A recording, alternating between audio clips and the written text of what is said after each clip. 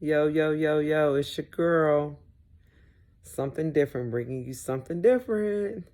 Tonight I want to talk about something that we don't normally talk about, but this is a topic of a discussion. And it breeds over into different aspects of our lives. And as we are interacting with people and going from one situation to another situation, I want to talk about one factor that affects a lot of people. And I want to talk about love. And the reason why I want to talk about love is because love is one of the biggest misused or misunderstood term. Okay, and there's different types of love, and you can do your research on finding out the different types of love there are. But right now, I want to talk about agape, the love that Christ came and showed the world. Um, the type of love that says, I want for my brother the same thing for myself or for my neighbor. And I'm not going to directly quote any scripture or anything like that. You can do your own research, but if you're familiar, you'll understand. Um, it's the type of love that most people are very unfamiliar with because it's very sincere. It's true and it comes from the heart. But not just from the heart, but it's an action word. It's love. Love, in my opinion, is action. It's when you put it into motion. And love is, if you need shoes on your feet, then I'll give you a pair of shoes. Love is, if you need something to eat, I will feed you. Love is, if you don't have a roof over your head, you can come stay in my house. A lot of people used to make fun of me. They used to be like, you know what? They used to call my house Tashia's Inn. And the reason why is because I used to always have people at my house. It was like always somebody there. Um, no matter what. If you, if I can help you, I would share whatever I have with you. Um, Anybody who knows me knows that much about me, that I'm willing to give you my last and wouldn't even say anything about it. And so, and the reason why I want to talk about love is because a lot of times what happens is people don't realize that their childhood upbringings and interactions through different relationships in life affects their outlook on what love is to them. So love, in a lot of ways, in this day and time, is individualized based on what the individual perceive love as being.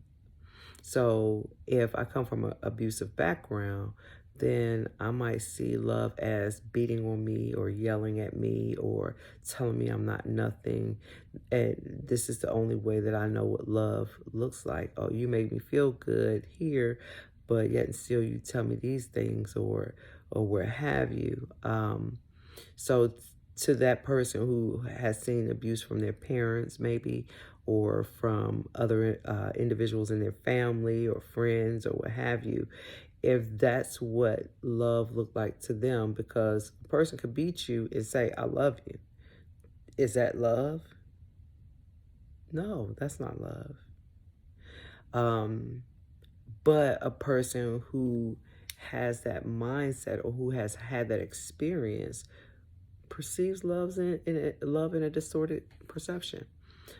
So, people who have had, relationships that, you know, um, like I said, verbal, and this is for both men and women. We all go through things, men and women. So some men, depending on what type of trauma they've experienced in their relationships, what happens is they carry that trauma into new relationships, and so then they would actually look at the person that may actually really love them in the right way.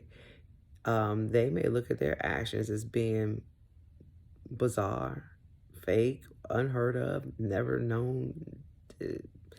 It's all different types of things that people could think, but they would cancel out that because that don't look like what they know love to be. Because in their mind, oh, my ex-girlfriend, she used to throw stuff at me and, um, cuss me out. And, we was together 5, 6, 7 years. And, so now you've become conditioned to what love is supposed to look like. And so if you don't see that, it's unfamiliar. And when it's unfamiliar, it may not be something that is easily received. Um, and then you kind of turn that away or push it away. And so the reason why this is important, is because we have to do better. We really have to do better as a people. And those that are broken, who really have that mindset that, love is beating on me or mistreating me or taking advantage or you do this and, I'll do this or what have you. There's no measure and there's no comparison when it comes to true love. You know, love does not keep a record. Love does not sit here and say, well, I did this and it's over my 50%. It's like, who sits here and really write out 50% or 75% or I did this or I did that? That's not love. Love don't do that. Love just says, okay, if there's a need or if something needs to be done, then I'm just gonna do it. You don't need to ask me for that. So like I said, we have to get to a place where we recognize what love really truly is, because love is helpful. And then when I said before, it's an action word. It really is an action word. I'm the type of person that, I believe in what your actions say.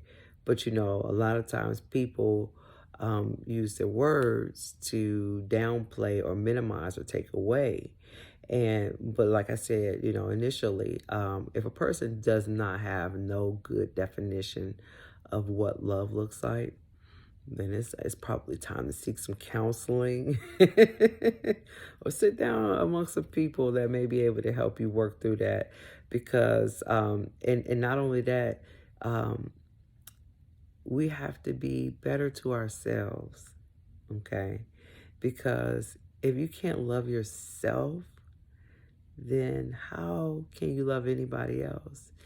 And we see this, when people mistreat themselves. People will not, take care of themselves properly. They would focus on everything else, everybody else, instead of themselves. And it's so important that, the first person that you want to practice on when it comes to love is yourself. Take yourself out to eat. Go do something nice for yourself. Take a vacation. Take some me time out. Groom yourself. There's so many different things that you can do to show yourself appreciation, to the point where, once you start defining who you are, what you desire, what's important to you, and how you treat yourself, then that should carry over into how you treat other people. Love is also not selfish. It's not selfish. So that means that if I got to give you my jacket to make sure that you're warm, I will. If I got to sacrifice a little bit of time to run and go do something for you, I will, because I love you. And I think that just having a healthy definition, like I said, of what love means.